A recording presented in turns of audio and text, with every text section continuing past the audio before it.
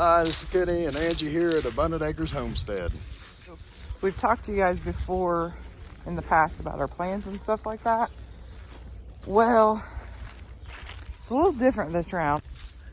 I hope you got that. Well, that was a good intro.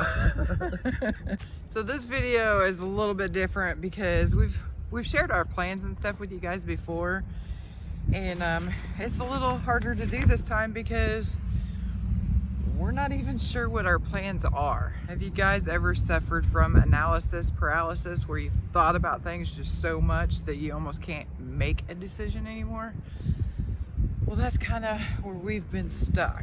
And it's just hard to move forward from there because we have looked at the situation and looked at the way it should be laid out, and we've done it and over it, and I think we've wasted about 15 trees. I have printed off maybe a couple different aerial shots and come up with different ideas. We did kind of land on two different setups, but then once we landed on the two, then we was having a hard time nailing it down to one. Yeah. And then we got it to the one, and now we're kind of questioning that. Trying to combine everything and put it in one central location. That way we're not walking here, walking there, walking here. And you know, you think you got everything mapped out just perfect. But what about that? Or that. Or that. Yep. It's hard to plan because we've done this before and we have made a lot of mistakes, and we call it we've paid a lot of stupid tax. Yeah. And pigs are way over there. Goats were back here. Yep. Chickens were there once. Yeah. Chickens were there once. Yep. We had guineas. We had ducks. The garden was back there. Garden's been over there. I mean, we've been all over the place. Yeah. I feel like at this point we've used every bit of our place at some point in time or another. We've come up with this Set saying. it and forget it. Yeah. Saying of set it and forget it, because we're tired of moving things around because we didn't get them in the right place. Right. So that's where the analysis paralysis come up. We had this conversation. I was like, okay, we'll do it this way.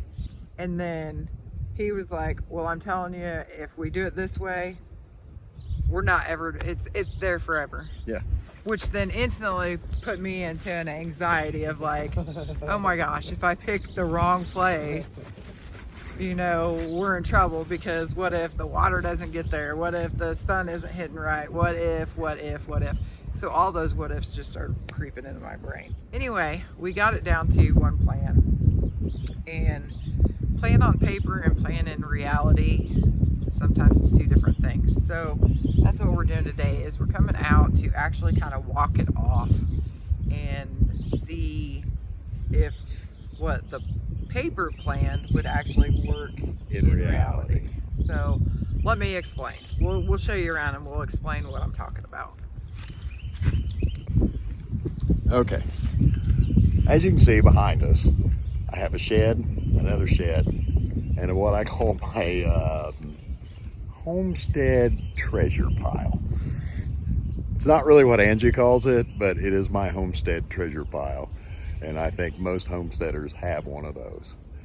But as you can see, behind that shed, over here to where that trench lays, over to those trees, would be a building. Where Angie is, that's where the building's gonna be. And then everything behind that will be gone. And that includes my homestead treasure pile. But that building will probably use up a lot of the homestead treasure pile. And then on the other side, where Angie's garden is,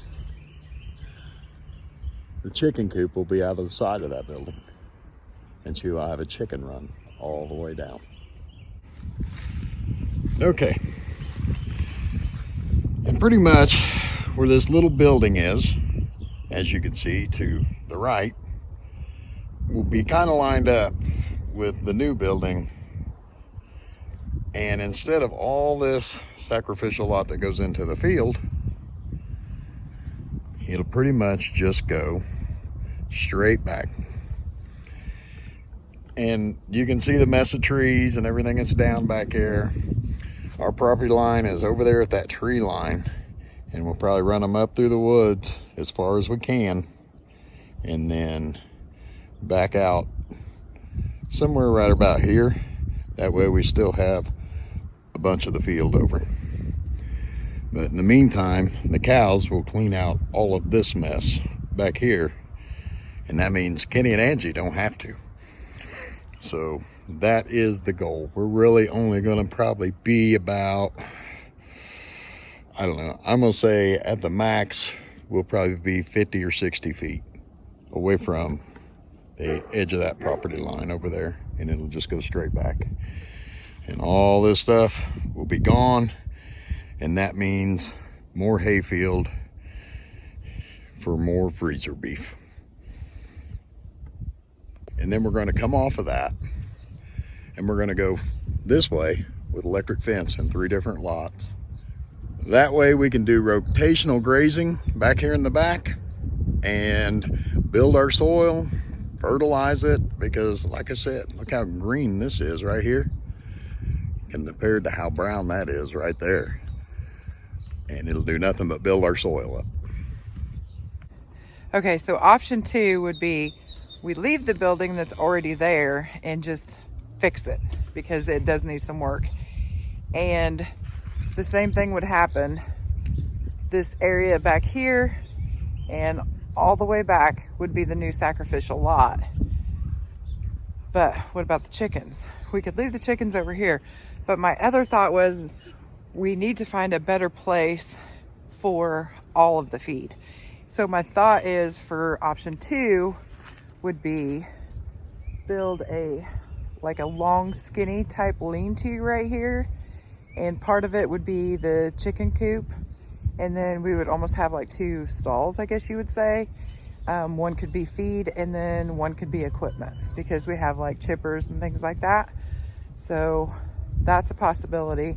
And then we would still have everything here because we would be feeding the cows in this area right here, feeding the chickens right there, and this area here we would be able to make a pin here that goes back to where the cows would be, and that pin could be like our extra pin, because we usually have something else like pigs. We usually do every other year, maybe every 3rd year, and that would open us up. We could do the pigs here just like we did the rotational grazing with the pigs 2 years ago. We could do the rotational grazing with the pigs right here, and we could still feed and water everything here. And if it's not pigs, it could be sheep or whatever. But I mean, it's a pretty good chunk of area that we could put our extra animals in, and everything would still be here. We would just be reusing that, and we would be able to use the materials that we were planning on reusing to build the big building. We could use those materials to build like this long skinny lean-to. See, both ideas will work. I don't think there's a problem with either one of them, but sometimes it's just hard to nail it down. Yeah, to decide, okay, they're both good, but which one's better? Yeah. Which idea will work the best for us. And not just for right now, but in 30 years from now. Yeah. Which idea is going to be the best? And really what it comes down to is we're trying to make not just changes in our homestead, but I'm going through organizing and trying to make changes in our house. I've made changes in my closet, which, by the way, ladies, if you need some comfortable clothes, I highly suggest these. Wonderful. And look, they got big deep pockets, like huge, and it's like all movie and flowy, and they're egg collecting pockets. Yes, huge. And I mean, I can seriously get a dozen in these. Okay, sorry, I got distracted. Well, let us know in the comments below what you think and which way you think it'd be the best. Or better yet, do you see a problem in either one? Let us know. And if you see a benefit to each one, let us know, because that might help us make up our minds. This is Kenny and Angie at Abundant Acres Homestead. Stay safe and God bless.